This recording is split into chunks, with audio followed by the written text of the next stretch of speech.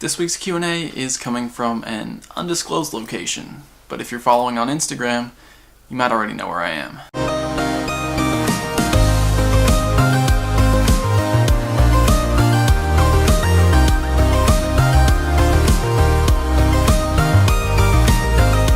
Before we start, I just want to say thank you to everyone who expressed their concern for my health and safety. It means a lot to me to know that you guys actually care, and you'll be happy to know that I slept 9 hours last night, and I just woke up from a 2-hour nap. So I'm definitely catching up on sleep this weekend. I have 9 Pokemon to evolve today. Abra is the only one that's going to be a new evolution, a new entry in the Pokédex. So I'm going to start at the end, and we'll work our way back to Abra. So Vulpix first. I already have one Ninetales with the ideal moveset, Ember and Fire Blast, and it has 80% IVs. This Vulpix has a little bit better IVs, so we'll see what happens with the moves. Ember, Fire Blast, and well, its name is not Vulpix anymore. If you just delete the name and press OK, it resets to default, so real quick, you don't have to type it back in there. But that's cool. Ember, Fire Blast. The first question I want to answer is, do you think that the ability to change movesets will ever be implemented? I have lots of 90 plus IV mons with bad movesets. Transfer? I have quite a few with good IVs and bad movesets also, and I'm holding on to them in hopes that we do eventually get the ability to change movesets. I think it's something that needs to happen eventually down the line. It's going to make building your ideal Pokemon a possibility, and in my opinion that makes the game a lot more fun rather than just farming candies and evolving and trying over and over again and just relying on random chance to get what you need. I think if we could use Stardust, candies, or some other currency to change moves, that would be fine. You know, you'd still have to grind and farm to get candies and Stardust in order to pay the costs to change the moves, but I think a fun way, an interesting way that Niantic could do it is by creating a TM item. TM is an item that teaches a Pokemon moves in the original games, and if you could get TMs for each move at a pretty low drop rate from Pokestops, then, you know, every once in a while you'll pick up a TM for, say, Ember. And if you get, say, a Ninetales like I did, but it doesn't have Ember, you have that TM now for Ember, and you can use it to teach that Ninetales Ember instead of, what's Ninetales' other quick move? Instead of Feint Attack. To make it even more interesting, Niantic could stop limiting you to 2 quick moves and 3 charge moves per Pokemon, and make it so that TMs would work on multiple Pokemon, so that fire types who don't normally learn Ember now have the possibility to, if you have an Ember TM. That's just my idea. And again, I think that the ability to change movesets is something that will come in a future update. Next evolution. Another Staryu. And I already have one Starmie with the ideal moveset. Doesn't hurt to have more though. Water Gun Psychic. Isn't that what happened last time? That is not the ideal moveset. I want Water Gun, Hydro Pump. Why do you think Niantic Labs won't accept new requests for Pokestops? I live in a town with just a few and want more. I think right now they're just too busy. They have a lot going on, and as I've said before, it's a relatively small company, only about 70 employees. So I think once things settle down, once they get everything stable, once the game's released globally, hopefully they'll open up submissions for Pokestops. It's something that they did for Ingress originally. That's how they collected all the data. All these Pokestops are user submitted. So I think if we just give them a little bit of time, eventually we will be able to request new Pokestops. Alright, now, a Pidgey. Right, not exciting, I know. But, as I've said before, Pidgeot can actually be a pretty good attacker. His name is still Pidgey. Let's keep going. What are the moves? Wing Attack, Hurricane, please. Steel Wing, Air Cutter. Bummer. It happens. What are you gonna do? Can't change your moves yet. You don't seem to ever power up. Why? I'm very picky about what I spend my Stardust on. So, here's one Pokemon that I have powered up. This is my 100% perfect IV Vaporeon. I chose to power this guy up because, 1, he has 100% perfect IVs, and 2, it was before the original moves rebalance, when Water Gun was so strong that it didn't matter what Vaporeon's second move was. So, at the time, this was a perfect Vaporeon. It had one of the highest damage per second moves in the game and 100% perfect IVs. So I look for good moves and good IVs before I start powering things up. And then, once I do have good moves and good IVs, beyond that, I still prioritize the Pokemon that are going to be useful in gyms. So let me just sort by CP right now.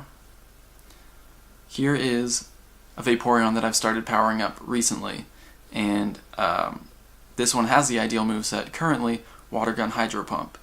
Its IVs are not 100%, but it's still above 80, and this, I feel, is something worth investing in. Now this Rhydon, perfect IVs like the Vaporeon, but doesn't have the best moveset, so I've decided not to invest Stardust in this one.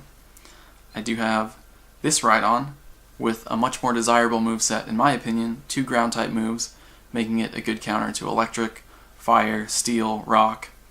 But because those types of Pokemon aren't very common as gym defenders, this Rhydon doesn't have a whole lot of utility right now, so I haven't powered this one up either. There are certain things that if I do get them, I will power them up immediately. If I had a Victory Bell with Razor Leaf and Solar Beam, that's going to get powered up.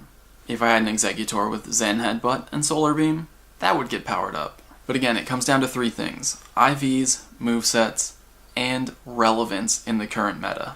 Next, I'm evolving a Paris, and I've said before, Parasect is actually surprisingly good if you get the right moveset. Earlier on I said Fury Cutter and Solar Beam was ideal, but Bug Bite is actually strictly better than Fury Cutter. More damage per second, more energy, and about the same animation time, so they're both really fast moves. Hopefully I get Bug Bite, Solar Beam on this. Bug Bite X Scissor. Well, that's still a good Bug-type moveset, and as I said recently in the first Counters video, a good Bug-type moveset is all you need to take down an Exeggutor. Do you think the buddy system will be implemented for evolving Pokemon for friendship, and will Pokemon holding items be a thing? For those who don't know, in the main series games, there are some Pokemon who evolve by friendship level, and that just kind of increases as you spend time with the Pokemon. So a lot of people thought when the buddy system was implemented, this could be a way of generating friendship. The buddy system does track your total distance with the Pokemon that you've walked, and that stays consistent even when you switch out and switch back to that Pokemon. So that kind of implies that there might be some benefit to walking a long distance with Pokemon. And friendship was introduced in 2nd generation with the baby Pokemon, so it's quite possible that Niantic could use a similar system for evolving those. But honestly, right now, I don't see Niantic straying from the candy system, at least not yet. When 2nd generation comes out, things might be different, but right now, I don't see Niantic straying from the candy system. As for holding items, in the main series games, there are items that you can give to Pokemon that benefit them in some way. Berries, Pokemon could use berries to heal themselves in battle, or there are items that boost certain stats, and I think that's something that could happen, again, eventually. As we know, Niantic has a lot planned for this game, and they've said that they've only scratched the surface of gameplay that they want to create. So both of these things, friendship and hold items, are things that could be coming in the future. Alright, I'm going to evolve this Meowth next. Scratch, Play Rough is Persian's best moveset. Feint Attack, Power Gem is probably one of the worst. Yeah. 2nd worst. Persian's not really relevant in the current metagame anyway. Sorry, cat. Why did you go for Team Instinct, and do you think there will ever be an option to change your team? I don't think a changing teams option is likely, but if enough people ask about it, then maybe, who knows. Niantic has listened to us in the past, so if that's something that enough people want to do, they might make a way for that to happen. They did add a change nickname option, so anything's possible there. As for why I chose Team Instinct, 2 reasons. 1, I knew it would be the underdog team, and for some reason I always like rooting for the underdog. And 2, back before the game was launched, before we knew a whole lot about it, Niantic had just revealed that teams would be a part of it, and they had shown red and blue teams, but nobody knew that there was going to be a third team. And Juan and I, here on Trainer Tips, were the first to discover and report the existence of a third team. We saw a tiny sliver of what looked like a yellow gym in the screenshot where they showed a red and blue gym. And once that was confirmed, I knew I had to be on Team Instinct, or the yellow team, because we were the first to discover its existence outside of Niantic. Alright, Krabby. Kingler is another Pokemon who just gets poor movesets. So, like Persian, not really relevant in the current metagame. Even its best moveset, which is Metal Claw and, Fury Cutter? Even its best moveset, it really has no good uses in the game. See, Mudshot, Water Pulse. What am I supposed to do with that? Water Pulse has really bad DPS. Mudshot doesn't benefit from stab. I could use this to beat fire Pokemon, but there are so many better options. So this is something that I think needs to be addressed in the future. 1, it could happen with TMs if you have the option to teach Pokemon moves that they don't naturally learn. And 2, it could be accomplished by just giving Pokemon better moves, or at least thinking more about what moves that a Pokemon should have, what situations those moves are going to be used in, and designing each Pokemon in a way that they actually have a purpose. Right now, Kingler, with its best moveset, Fury Cutter, and Metal Claw, doesn't really counter anything. It's not a great defender. It's just kind of out there with no real purpose. Weren't nests supposed to change today? Mine are still the same. Well, nests weren't supposed to change. It was projected or predicted that they would based on the past 2 changes. Those changes both happened either 23 or 24 days apart, so a lot of people assumed that the next change would come after 23 or 24 days. Obviously that didn't happen, and that just goes to show that we don't know enough about the game to really make these accurate predictions. And when it comes down to it, Niantic could really just change things whenever they want. I think maybe if things were originally planned to change on a schedule, once we figured it out, Niantic decided they didn't want it to be that predictable. So if nests do change again, it could come later. They might not change again, but I really think that nests will continue to change, maybe just not at the same cycle.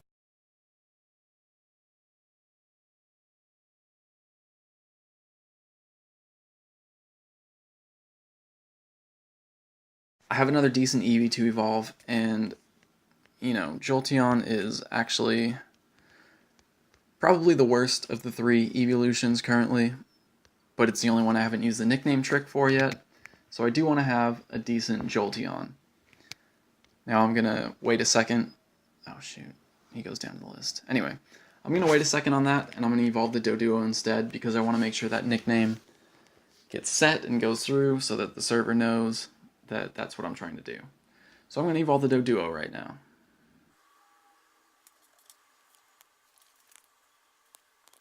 Steel Wing, Aerial Ace. Dodrio, just like Kingler, doesn't really have a place in the metagame, doesn't have any coherent movesets really. Neither of its quick moves benefit from stab. Its charge moves have pretty poor DPS. So again, this is a Pokemon without a whole lot of purpose right now. And, all Pokemon aren't meant to be equal in terms of power, but I think that every Pokemon should have some use. And right now, Dodrio is really hard to use. What would you recommend as a buddy?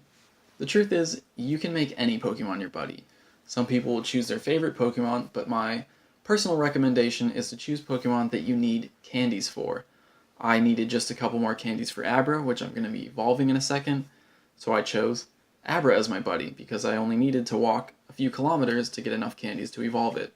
So really my recommendation is whichever Pokemon you want to evolve the most, make that your buddy.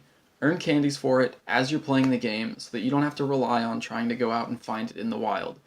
And the buddy system is really good to earn candies for rare Pokemon.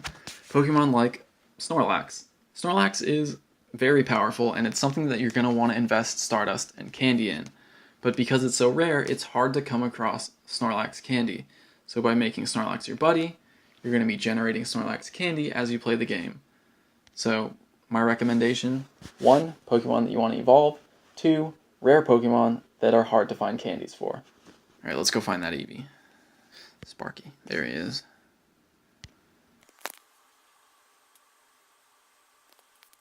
What's the CP? What are the moves? 13-17, Thundershock, Thunderbolt. I'm okay with that. That's going to be my highest Jolteon so far. I think my next highest is 1100, maybe 1200. Thundershock, Thunderbolt is the second best moveset, but there are times when 2-bar charge moves are better than 1-bar charge moves. With Thunder, for example, if you fill up that bar, but then wait for the enemy Pokemon to use its charge move before you use yours, there's a few attacks that you're going to be using where it's not actually charging any energy because your bar is already full. So in that way, it's kind of a waste of energy, and you don't have that problem as much with 2-bar moves because if you fill up that first bar and wait, you're still going to be filling up the second bar while you're waiting. So again, the DPS is higher on Thunder, but there are some applications that make 2-bar charge moves better in certain situations. Why is it Pokemon that are in nests are always decent or need more improvement? Basically, why do nest Pokemon have low IVs? And I think the reason for that is that nests were meant as a way of farming candies, farming Pokemon, so that you can get a lot of candies for that species. They're not meant to be a place where you can go and catch a strong one. I think for that, you need to rely more on eggs.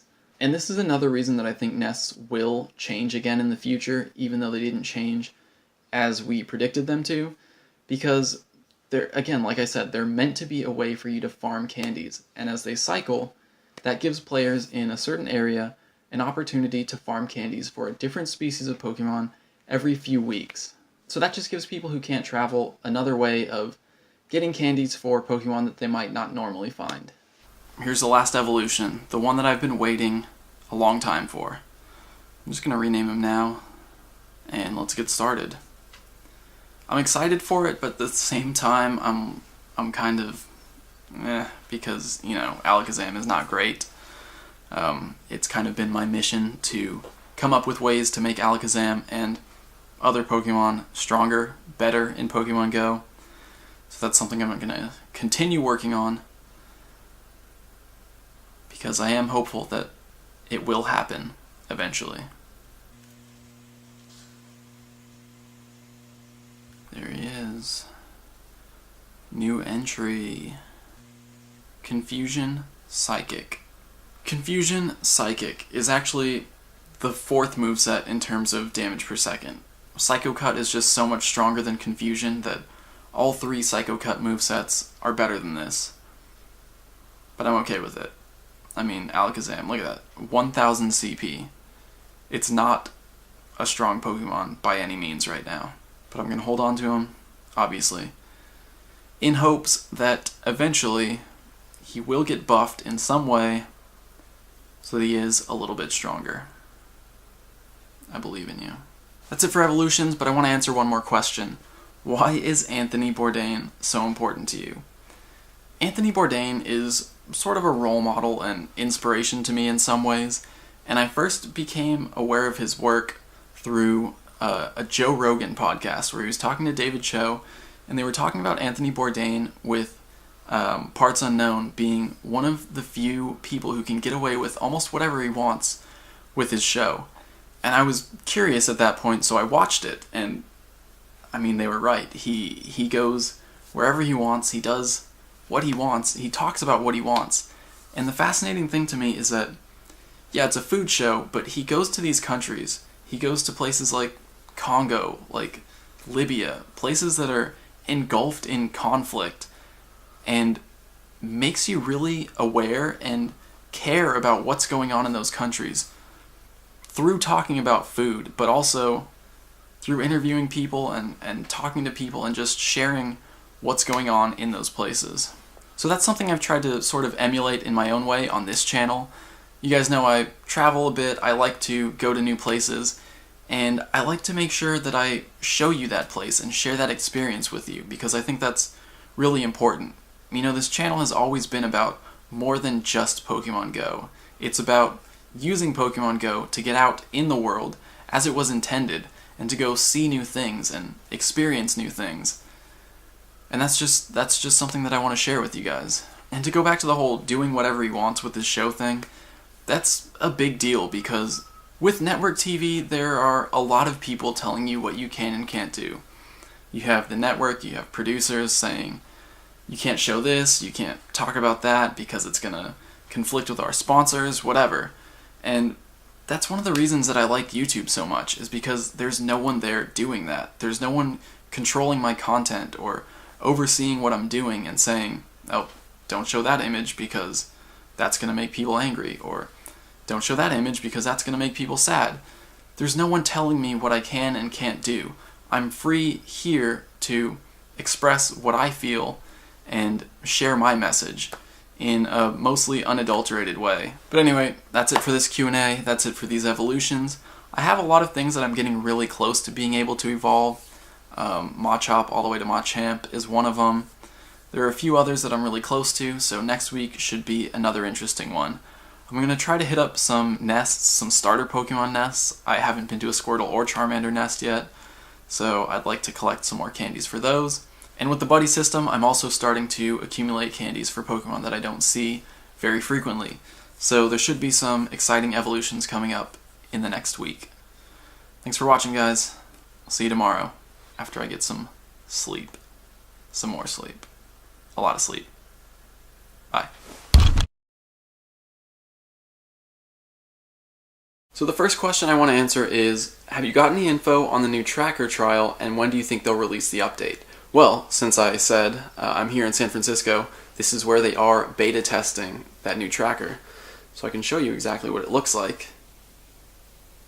You see there's sightings down below like you're used to, and nearby, which shows Pokemon that are located close to Pokestops.